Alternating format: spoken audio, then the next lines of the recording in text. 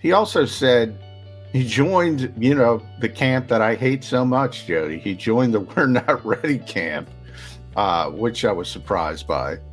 Um, so yeah, not thrilled with the way Howie spoke yesterday, to be honest. Now, again, what does it matter?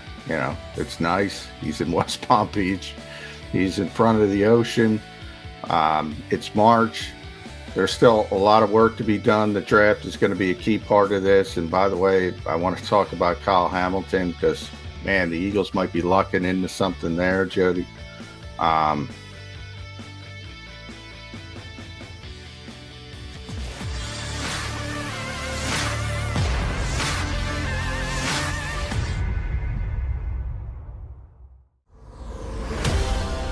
I almost said midweek, almost jettisoned ahead to Wednesday. No, a Tuesday get together here on Bird 365 with your Mac and Mac guys, Johnny Mac and Jody Mac.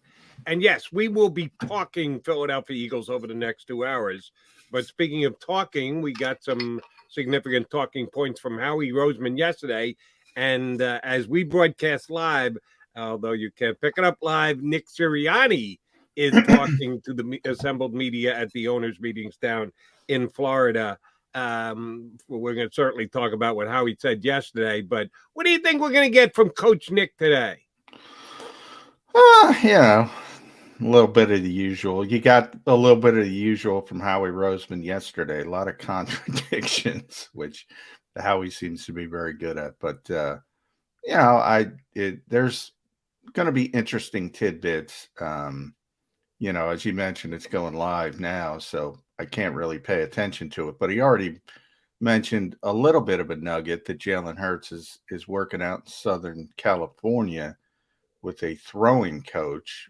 Got to look into that, see what that means. Obviously, that would be a change for him and an indication that the Eagles, want him to do some different things when it comes to developing that accuracy we talk about all the time. So that to me is the most important opening salvo, what he said. Looks like he just talked about the receivers. I'll be interested to hear that because that continues to be an issue. He did mention Zach Pascal is going to be an important part of it, which is not good. But he also said it's, to be determined. So it's pretty evident that they're going to add something somewhere. More likely the draft again, I guess, at this point than not. Although there are a few veteran receivers on the trade market and free agency that could still help, I still think it would be better to go the veteran role. And Howie talked a lot about that yesterday as well. And that was, to me, his biggest contradiction. He went, you and I have been talking about this, Jody, and I got it again. It's interesting. It had nothing to do with Howie, but I got it again from an agent who's flat out said they got problems at that position. Guys have options. They're going to look in a different direction. And it was interesting because Howie said he doesn't think it's a problem. And then he ran down the problem. And he had numbers to back it up. The numbers of targets for each of the receivers? Yeah. He said there's not a problem. Then he ran down the problem. I'm like, what are you doing, dude? And he even understated the problem. Every time he threw out a number of targets for Devontae Smith, for Dallas Goedert, he sold how much they didn't get the ball this past year. They actually had less targets than the one that Howie put out there. So, yeah, at least in Howie's mind, they need to throw the ball more next year. We'll see if it actually happens. Yeah, so that was a little bit. That was when I was like, "What are you doing?" That was my "What are you doing?" moment. He also said he joined, the camp that I hate so much, Jody. He joined the We're Not Ready camp, which I was surprised by. So yeah, not thrilled with the way Howie spoke yesterday, to be honest. Now, again, what does it matter? It's nice. He's in West Palm Beach. He's in front of the ocean. It's March. There's still a lot of work to be done. The draft is going to be a key part of this. And by the way, I want to talk about Kyle Hamilton because, man, the Eagles might be lucking into something there, Jody.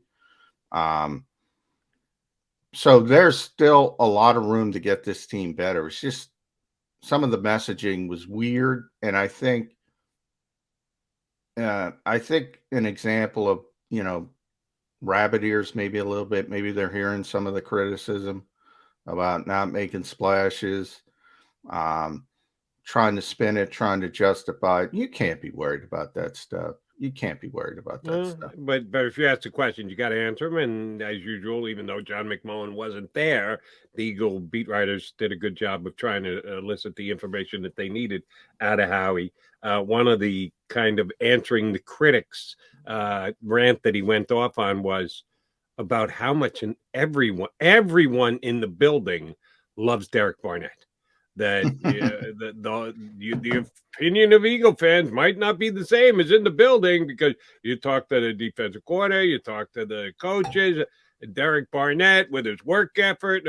Okay. And you gave him half of what he made last year, Howie, or somewhere thereabouts. Still no word on what the contract numbers are. It's almost like a state secret at this point as to how much Derek Barnett is getting paid. But whatever it is, it's a steal. It's a bargain. It's a great thing that Derek Barnett is back in the mix as an Eagles defensive line. Yeah, that's another example of you hear some of the criticism, and look, there's some truth to that. I tell you all the time, Jim Schwartz loved the guy, really loved him. Jonathan Gannon likes him as well. I don't think to that level, but so part of that is true. They certainly think more of him than outside the building, but yeah, I mean, it's clear that he hears some of the criticism, but he should have known it was coming. This is not new. And you raised your hand. You're just one of many. Yes. I mean, this is the narrative with Derek Barnett. It's what I talk about. I mean, I say it all the time. To be fair, he's not as bad as people project him as. Yeah, but, he is. Yeah, that's where you and I disagree. I mean, this is an NFL player. You don't think he's an NFL player. I don't agree with that. But, I mean, from where he was, Howie knows how this goes better than anybody. I mean, he's the guy who gets all the criticism for failing first-round picks versus the success if you hit on a first-round pick. It's not fair. I talk about it all the time, but that's what it is. And he knows it. It doesn't matter if you find Jordan Mailata in the 7th round. You missed on Andre Dillard. It doesn't matter if you find. You're right. That's not fair. If you're going to evaluate Howie Roseman, the drafter, you have to evaluate every single pick.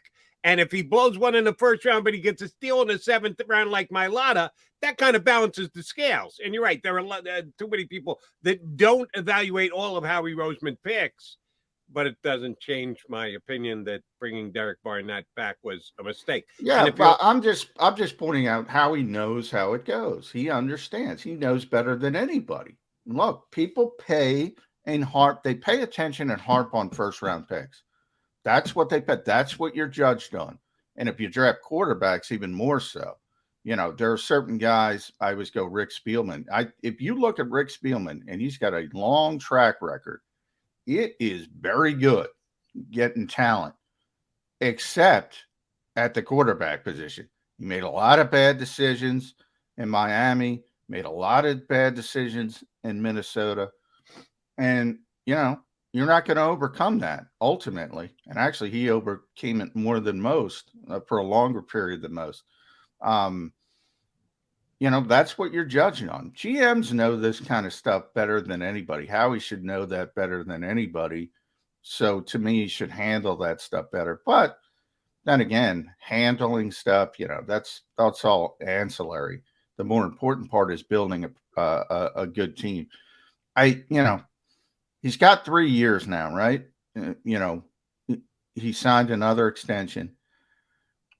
What is he worried about spinning stuff for? His job's not in trouble. I mean, that kind of stuff bothers me. I know it probably doesn't bother other people, but it doesn't bother me. That's his job. I expect that out of him. His job to me is building the team and building a good team. Do you want him to never talk to us? Do you want him to never? No. I want him to tell us more of the truth. I want him to tell us the obvious. Like when stuff is obvious, you can say, like I'll go back to the Target thing.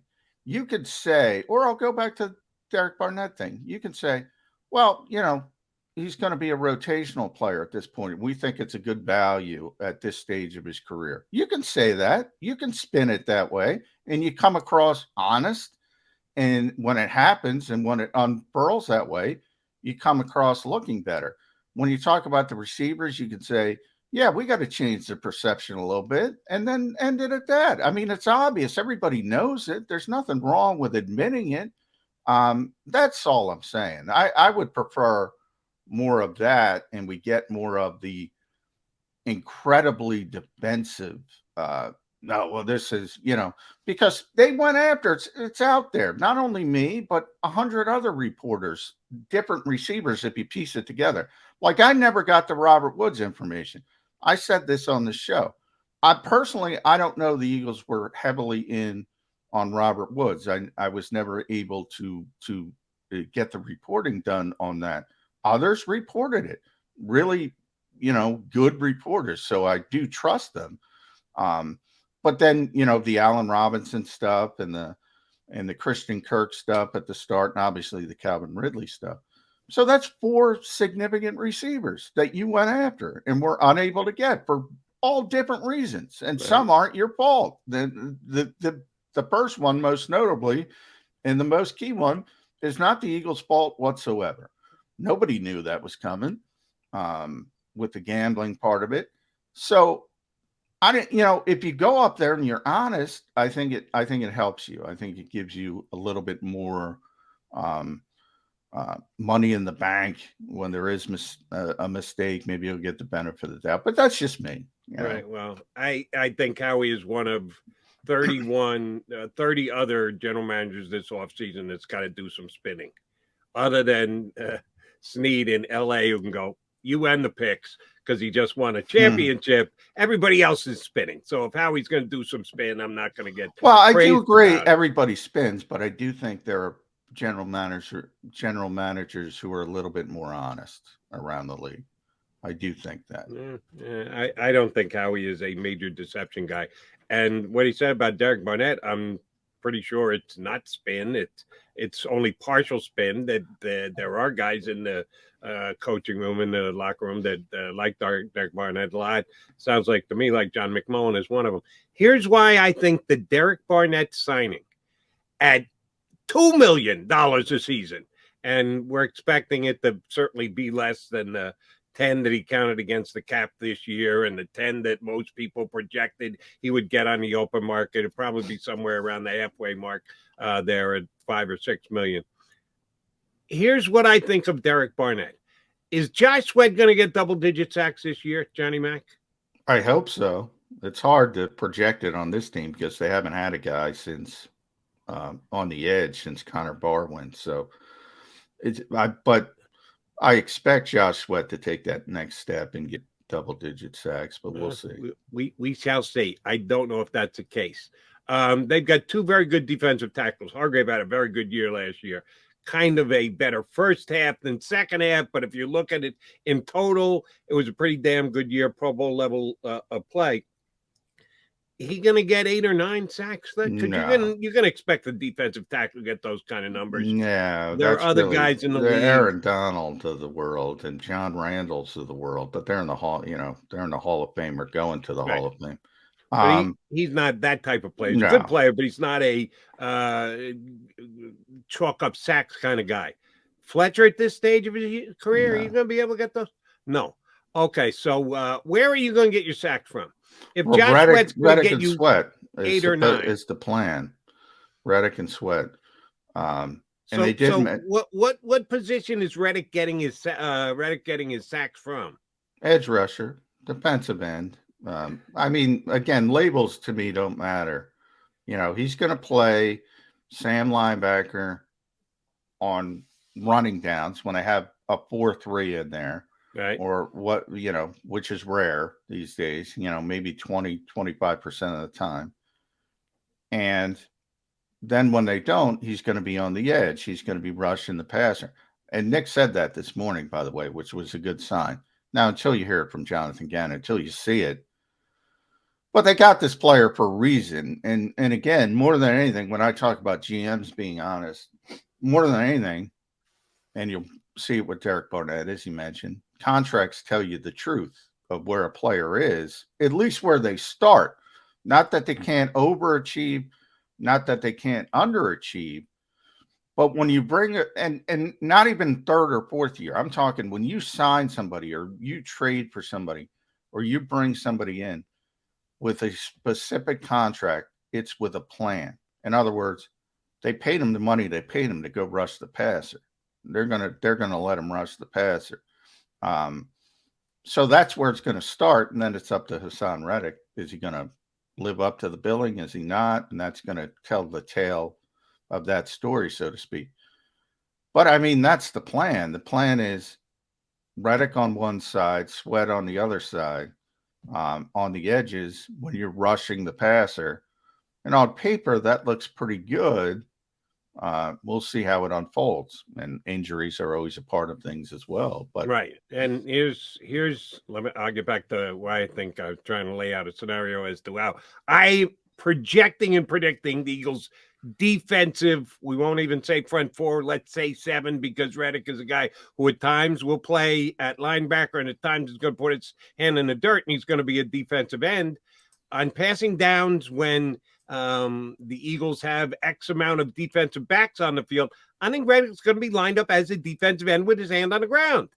So if he's going to be doing that, and Josh Sweat is going to be on the other side, and Brandon Graham is coming back, who is returning from an injury. He didn't get anything out of him last year. Big-time leader on this team, under contract already, and the Eagles are believing that he's going to be able to come back.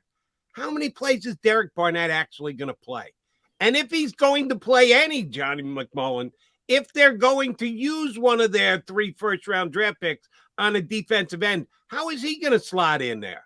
Who is going to be? Are the Eagles, is Reddick going to play? They're going to go to a 5 defensive line package? I don't think so. So I just don't think there are that many snaps. And I know that we still don't know the numbers, and the salary cap is a key part of it, because you have to divvy up your evaluations of these players and put it into the cap. I just don't think he gives you anything. And I have a fear that, yes, you and I started to discuss it yesterday, and I think we'll discuss it every day between now and the actual first day of the draft. When they're on the clock at 15 and 16, if they haven't moved either of their picks, and the 3 best defensive ends / edge rushers are off the board, and the Eagles pass on the 2 that are left, Johnson and Karlaftis, I'm going to tell you, I'm going to come on the show next day and say, JM, part of the reason they didn't go there was they got Derek Barnett back.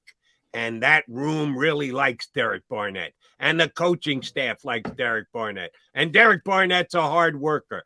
And they will end up passing on a youthful defensive end / edge rusher because they've re-signed Derek Barnett. And I think that could be a fatal flaw for the Philadelphia Eagles. Well, in that scenario, I will agree with you. I don't think they would pass up one of those 2 runs. I every month, as I'm sure you do, I pay. For me, it's Geico. I'll give them a free plug. I pay Geico for my car insurance, and I hope I don't need it.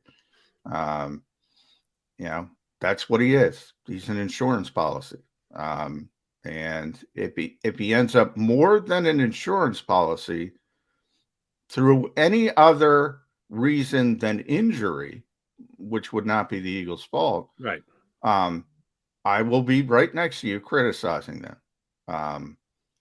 As an insurance policy, I think he went with a good company. I think this is a good insurance policy, and that's how I look at it. And if it's more than that, and if he's playing more than 20, 30% of the snaps, I say 35 would be the high point. I'll be right next to you. Now I think there's a good chance those 5 edge rushers come off the board.